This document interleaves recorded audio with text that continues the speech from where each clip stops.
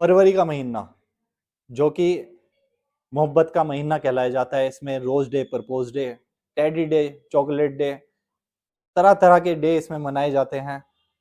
और 14 फरवरी को Valentine day का दिन होता है। आज हम उसी को लेकर सहारनपुर में एक लविंग कपल से बातचीत करेंगे जिनकी लव मैरिज के बाद में उनकी जिंदगी में किस तरीके से उथल पुथल रही और आज उनकी क्या स्थिति है। जी भाई साहब का नाम। मेरा नाम पवन दुआ है। पवन जी, जैसे कि आपका लव मैरिज ही आप लोगों ने करी है, तो कैसे इसकी स्टार्टिंग हुई, कहाँ से शुरुआत बस अब एक्चुअली 24 साल 25 साल पहले की बात है, तो ज़्यादा तो मुझे याद नहीं है। लेकिन ये है कि हरिद्वार ये रहती थी, मैं सहारनपुर रहता था और मेरी दीदी इनके यहाँ रेंट पे रहती थी। वहीं हमारा जो फर्स्ट अट्रैक्शन बोलते हैं वो हुआ और उसके बाद प्यार हो गया। तो बातचीत कैसे हुई? बातचीत फर्स्ट टाइम तो इसने मुझे भैया कहा था। अब मेरा भी कोई ऐसा वो विचार नहीं था, लेकिन कहते हैं ना ईश्वर बनाता है जोड़ियाँ, तो जब बनी हुई थी तो फिर वहीं से सैयां बन गए। लगभग कितने साल पहले की बात? ये 1995 में मेरे को मिली थी। तो उस टाइम मोबाइल वगैरह होते थे? मोबाइल वगैरह कुछ नहीं होते थे और बड़ा टिपिकल स्टेज है। आजकल तो लव 2 मिनट में हो जाता है। तो क्या लेटर वगैरह मतलब उस टाइम दिया गया था? हाँ, लेटर रहते थे। और देखो एक दूरी थी सहारनपुर हरिद्वार में, तो जब मैं इसको लेटर देता था तो उसका जवाब 1 महीने 2 महीने बाद जब मैं इससे मिलने जाता था तब मुझे मिलता था, तो मुझे इंतजार करना पड़ता था कि क्या जवाब आएगा। तो क्या फील उस टाइम रहता था जिस टाइम आपके ये इंतजार वो 1 महीने का, कैसे बीतता था आपका? बस इंतजार वो बहुत अच्छा था। आजकल तो अभी किसी को रिप्लाई करो और एकदम जवाब आ जाता है, तो बात नहीं रहती। उसका उस टाइम का मजा ही कुछ और था। तो आपको भी इंतजार कैसा रहता था उस टाइम, मतलब जब आपका जवाब जाना होता था या इनकी तरफ से कोई लेटर आना होता था? हाँ, वेट करती थी मैं इनके जवाब का और अपना लेटर देने का। और इंतजार धीरे-धीरे इंतजार होता था। तो आपने फिर जैसे ये सब चीजें रहे, शादी का मूड कब बना? शादी तो मेरी 99 में हुई, 4 साल हमारा अफेयर रहा, लेकिन वो भी बड़ी डेंजर स्थिति में हुई। हमें करनी नहीं थी उस टाइम भी शादी, थोड़ा सा मुझे प्रिपेयर होना था क्योंकि छोटे थे हम दोनों। ये 18 साल की हुई थी फरवरी में और जुलाई में मेरी शादी हुई, यानी 18 साल 4 महीने की थी जब इसकी और मेरी मैरिज हुई। और मैं नियर अबाउट 21-22 साल का था। तो स्ट्रगलिंग पीरियड था, मैं भी पढ़ रहा था, ये भी पढ़ रही थी। फिर मैंने ग्रेजुएशन कंप्लीट कर ली थी, तो मैं थोड़ा सा अपना काम देख रहा था, अच्छा था कोई मिल जाए, या तो जॉब मिल जाए या फिर बिजनेस हो जाए। तो लेकिन कुछ सरकमस्टेंसेस ऐसी बनी कि हमें शादी करनी ही पड़ गई। तो क्या फैमिली से बातचीत करी उस दौरान? फैमिली से बातचीत करी, लेकिन ना तो मेरी फैमिली राजी थी क्योंकि हम अदर कास्ट थे, दोनों थे। मैं पंजाबी हूँ, ये ठाकुर है। तो दोनों की फैमिली मान नहीं रही थी इस बात को, तो फिर हमने फिर अपने आप तो आपने डिसीजन लिया कि दौड़ लगाई जाए? दौड़ लगाई जाए। वो उस समय स्थिति भी ऐसी बन गई जी। कि हमें वो करना पड़ा, जबकि हमारा ना तो मन था, ना हमारी इच्छा थी और ना ही हमारे पास ऐसी कोई साधन थे कि हम ऐसा करें, लेकिन ऊपर वाले ने लिखा हुआ था तो ऐसा हो गया। तो आपने जिस टाइम आप दोनों रवाना हुए उसके बाद का जो पीरियड आपका रहा वो क्या, उसके बारे में बताइए। बस देखो, जब ना तो इसके घर वाले राजी थे ना मेरे घर वाले राजी थे, तो नेचुरली अब स्ट्रगल तो रहेगा ही। तो तो फिर किस किस तरह का स्ट्रगल आपको स्ट्रगल देखने को यही मिला? रहा कि बस जब लेके आए, फिर बाद में हमारे घर वालों ने भी एक्सेप्ट नहीं करा और ना ही इनके घर वालों ने करा। तो फिर पापा रेंट और की तरफ से पुलिस में कंप्लेंट भी कर दी थी उन्होंने। अच्छा इसके अच्छा। पापा ने मेरी हाँ, कंप्लेंट कर दी थी, तो खैर, नाराज़ लेकिन थे वो। तो वो नाराज थे। वो तो 10-12 साल तक बोले ही नहीं हमारे से। इसके मम्मी पापा तो बोले नहीं कम से कम 12 साल तक।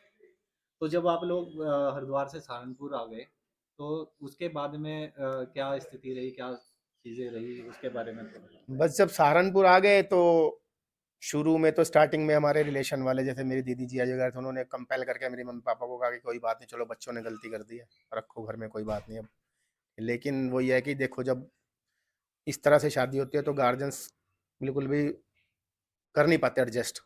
उनकी मर्जी से होती है तो सब एडजस्ट हो जाता है, लेकिन हमारी मर्जी से थी तो एडजस्ट नहीं हो पाया। फिर हमें घर से निकाला हो गया, जैसे अच्छा वनवास हो गया हमारा। अच्छा। जैसे हम 5 तारीख को आए थे, जी। तो एंट्री जो हमारे घर में थी वो 9 9 तारीख तारीख को को हुई हुई थी। थी। 5 से लेके 9 तारीख तक हम 4 दिन तक तो हम इधर ऐसे ही इधर भटकते रहे इधर-उधर। भटकते रहे थे।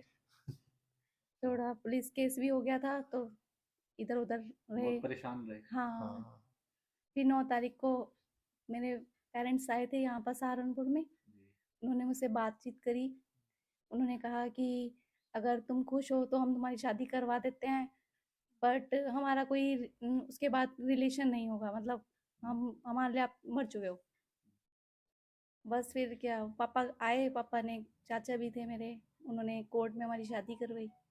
फिर हमारे घर में 9 तारीख को एंट्री हुई। तो फिर आप रहे कहाँ थे, मतलब जैसे घर वाले तैयार नहीं हो रहे थे? शुरू में तो 2 या 3 महीने हम अपने घर पे रहे, मेरे घर पे, मेरे मम्मी-पापा के साथ ही।